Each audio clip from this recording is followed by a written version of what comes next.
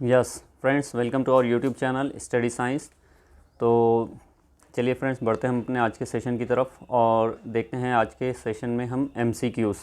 आज हम एमसीक्यूज़ देखने वाले हैं सीटेट साइंस पेपर 2 के बारे में, सीटेट विज्ञान पेपर 2 के बारे में। तो अब तक जिस किसी ने चैनल को सब्सक्राइब नहीं किया है, सब्सक्राइब कीजिए, शेयर कीजिए ताकि इम्पोर्टेंट नोटिफिकेशंस आपको मिलते रहें। तो चलिए टाइम पास ना करते हुए अपने सेशन की तरफ बढ़ते हैं। आज का हमारा क्वेश्चन नंबर 1 है, what is the primary function of enzyme amylase in digestion, यानी कि पाचन में अमाइलेज एंजाइम का प्राथमिक कार्य क्या है। हमने दोस्तों लास्ट सेशन में हमने एंजाइम्स के बारे में पढ़ा है और डाइजेशन के बारे में भी पढ़ा है, तो उसी के ऊपर ये एमसीक्यूज़ है। तो हमारा पहला जो क्वेश्चन है, what is the primary function of enzyme amylase. हमने देखा था कि अमाइलेज जो होता है ये हमारे सलाइवा के अंदर होता है और सलाइवा क्या करता है, सलाइवा सीक्रेट करता है। सलाइवा के अंदर हमारा अमाइलेज एंजाइम होता है और इसके जो कंपोनेंट्स होते हैं सलाइवा के, इसके अंदर आपका वाटर शामिल होता है और इसके अंदर आपका म्यूकस शामिल होता है और एक एंजाइम होता है अमाइलेज। तो अगर हम यहाँ पर पाचन की बात करते हैं, अमाइलेज एंजाइम का प्राथमिक अगर रोल की बात करते हैं, उसके फंक्शंस की बात करते हैं, तो देखिए यहाँ पर 4 ऑप्शन दिए गए हैं। एक तो ब्रेक डाउन ऑफ प्रोटीन। हमने देखा था कि प्रोटीन जो ब्रेक डाउन करता है दोस्तों, ये पेप्सिन का काम है जो कि आपके स्टमक के अंदर होता है।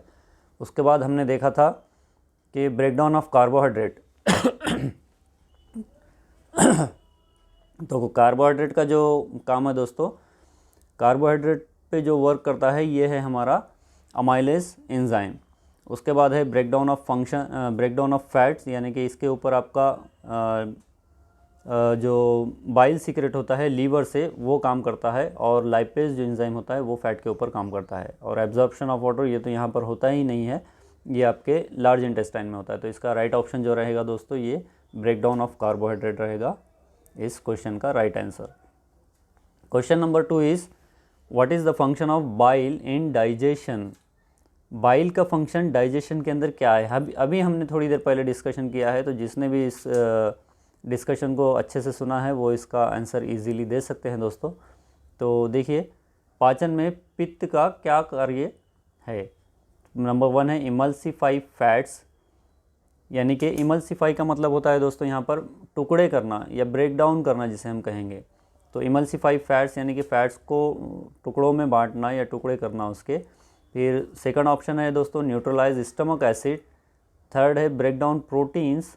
4 है स्टिमुलेट एंजाइम प्रोडक्शन, यानी कि वसा का पायसीकरण करे, पेट के एसिड को निष्क्रिय करे, प्रोटीन का टूटना, और उसके बाद है एंजाइम उत्पादन को उत्तेजित करना। तो इसका जो राइट ऑप्शन रहेगा दोस्तों, ये रहेगा आपका इमल्सिफाई फैट, यानी कि जो बाइल का जो काम होता है दोस्तों, ये हमारे फैट का इमल्सिफिकेशन करना या फिर फैट को डाइजेस्ट करना इसका काम है। क्वेश्चन नंबर 3 इज़, अब देखिए इस टाइप के क्वेश्चन आपको सीटेट एग्ज़ाम में बहुत ज़्यादा अभी पूछे जा रहे हैं, यानी कि कथन जिसे हम कहते हैं, या फिर स्टेटमेंट, एक स्टेटमेंट अलग पूछी जाती है, फिर बी स्टेटमेंट अलग पूछी जाती है। तो इस टाइप के क्वेश्चन अभी बार बार सीटेट के अंदर आ रहे हैं। तो इस टाइप के क्वेश्चन बड़ा है, इसलिए डरिए मत। इस टाइप के क्वेश्चन की प्रैक्टिस कीजिए, बहुत ही आसान क्वेश्चन होते हैं, सिर्फ इसका कंसेप्ट आपको समझना होता है। तो statement A is, the alimentary canal begins with an interior opening of the anus. और द स्टेटमेंट बी है, the alimentary canal ends with a posterior opening of the mouth. यानी कि ये एक ऐसे स्टेटमेंट दिए गए हैं जो कि आप अगर 6-7 क्लास के अगर स्टूडेंट्स को भी पूछते हैं, अगर उसका भी कंसेप्ट क्लियर है, तो वो भी बच्चा जो है यहाँ पर स्टेटमेंट का आपको आंसर दे सकता है। कथन ए क्या है, आहार नाल पूर्व काल द्वारा गुदा से शुरू होती है। और कथन बी में कह रहा है कि आहार नाल पीछे के मुंह के साथ समाप्त होती है। तो हमने देखा था सेशन में अपने के एलिमेंट्री कैनाल जो स्टार्ट होती है दोस्तों, ये हमारे माउथ से स्टार्ट होती है और एनस पे एंड होती है। तो यहाँ पर क्या कह रहा है, alimentary canal begins with an anterior opening of the anus. Anus से नहीं, ये हमारे माउथ से स्टार्ट हो रही है और एनस पे ख़त्म हो रही है। तो स्टेटमेंट ए जो है ये तो पूरी तरीके से यहाँ पर गलत हो गई। उसके बाद स्टेटमेंट बी क्या दे रहा है, the alimentary canal ends with a posterior opening the mouth, यानी कि ये ख़त्म हो रही है आपके माउथ पे। तो ये भी क्वेश्चन जो है आपका गलत रहेगा, ये भी आपका स्टेटमेंट गलत रहेगा, सॉरी क्वेश्चन नहीं स्टेटमेंट गलत रहेगा। तो यहाँ पर जो है दोनों स्टेटमेंट आपके गलत हो रहे हैं, तो option number 2 is a right answer for this question. बढ़ते हैं अब अपने अगले क्वेश्चन की तरफ। क्वेश्चन नंबर 4 क्या है देखिए दोस्तों, which of the following is not a component of saliva. हमने फर्स्ट क्वेश्चन जब हमने अटेम्प्ट किया था अभी थोड़ी देर पहले, तो वहाँ पर हमने कंपोनेंट के बारे में देखा था, सलाइवा के कंपोनेंट्स कौन से होते हैं। तो देखिए इसके अंदर सलाइवा का components which of the following is not पूछ रहा है। यहाँ पर आपको बताना है कि कौन सा सलाइवा का कंपोनेंट नहीं है, निम्नलिखित में से कौन सा लार का घटक नहीं है बताना है आपको। तो हमने अभी देखा था वाटर जो होता है ये सलाइवा का कंपोनेंट है, अमाइलेस ये भी सलाइवा का कंपोनेंट है, और म्यूकस जो है ये भी उसका घटक है। तो ये तीनों जो ऑप्शन है ये इसके घटक है, इसके कंपोनेंट्स है। और जो हाइड्रोक्लोरिक एसिड होता है यानी कि HCl जो होता है ये आपके स्टमक में होता है, तो ये इसका घटक नहीं है। तो हमारे क्वेश्चन का राइट आंसर जो रहेगा दोस्तों, ये हमारा जो यहाँ पर गलत है वही हमारा सही ऑप्शन रहेगा, यानी कि हाइड्रोक्लोरिक एसिड। उसके बाद है दोस्तों हमारा next question, bile is produced by dash and stored in the dash until needed for digestion. यानी कि हमारा जो बाइल सीक्रेट होता है दोस्तों ये कहाँ से होता है और कहाँ पर स्टोर होता है। पित्त डैश द्वारा निर्मित होता है और पाचन के लिए आवश्यक होने तक डैश में जमा रहता है। तो हमारा बाइल सीक्रेट कहाँ से हो रहा था दोस्तों, स्टमक में नहीं, ईसोफेगस की तो यहाँ पर बात ही नहीं आती।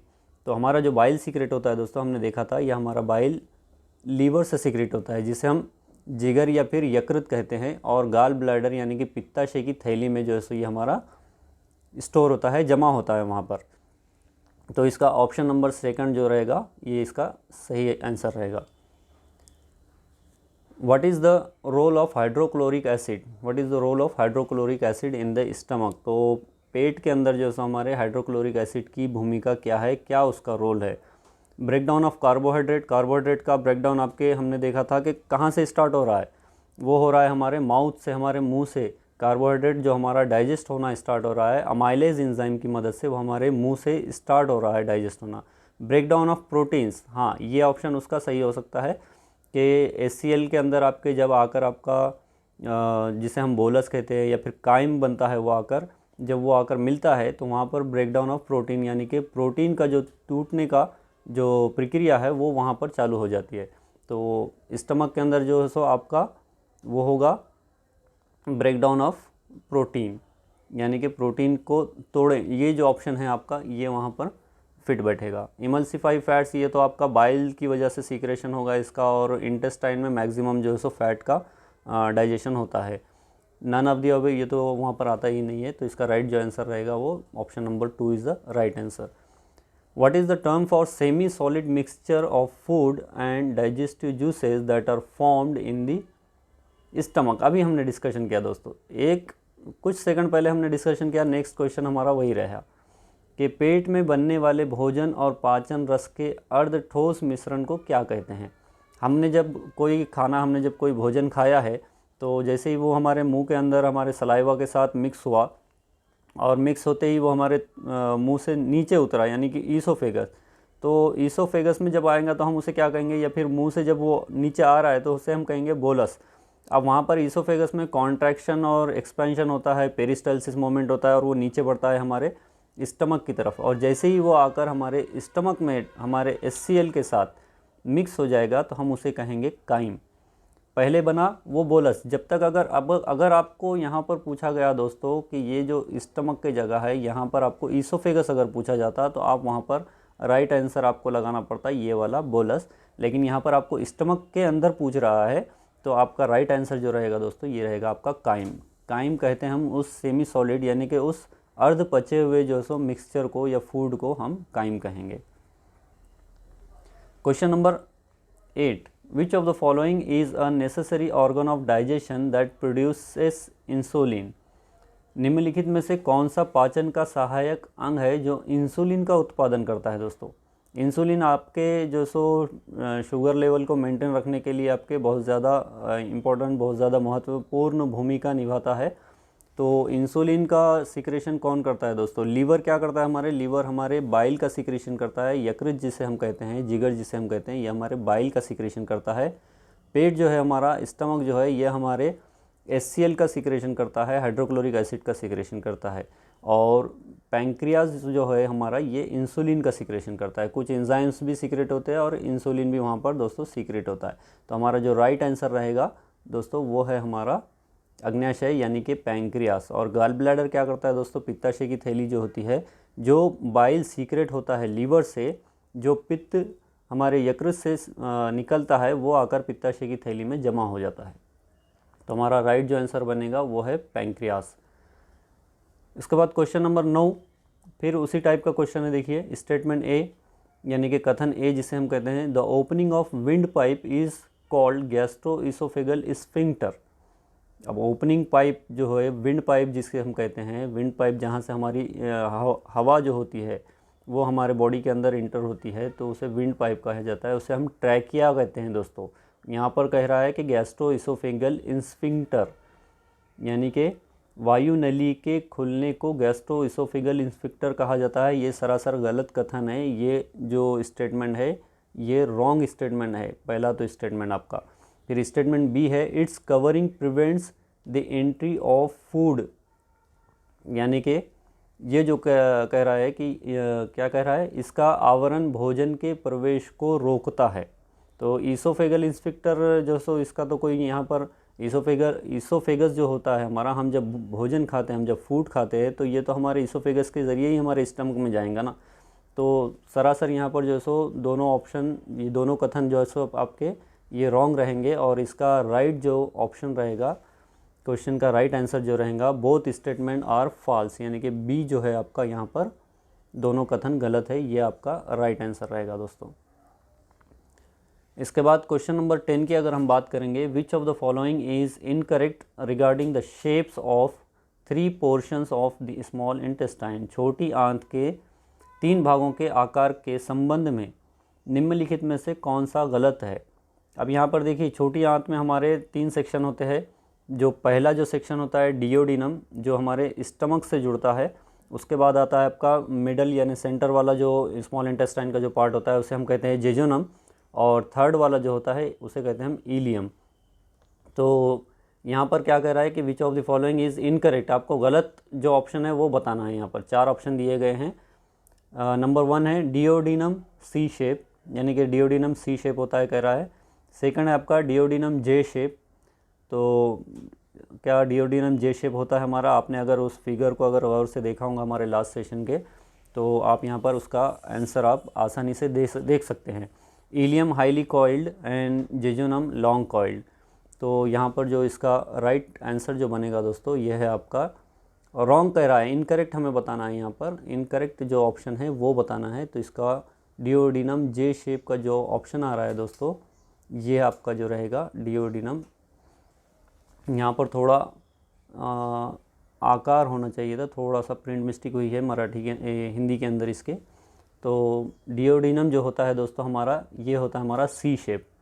और यहाँ पर जो गलत ऑप्शन जो दिया गया है वही हमारा राइट आंसर रहेगा, यानी कि डियोडिनम हमारा सी शेप है, इलियम जो है हाईली कॉइल्ड होता है, और जेजुनम जो होता है लॉन्ग कॉइल्ड होता है। ये तीनों ऑप्शन बराबर है, लेकिन सेकंड ऑप्शन जो दिया गया है यहाँ पर वो गलत है। तो वही हमारा सही आंसर रहेगा।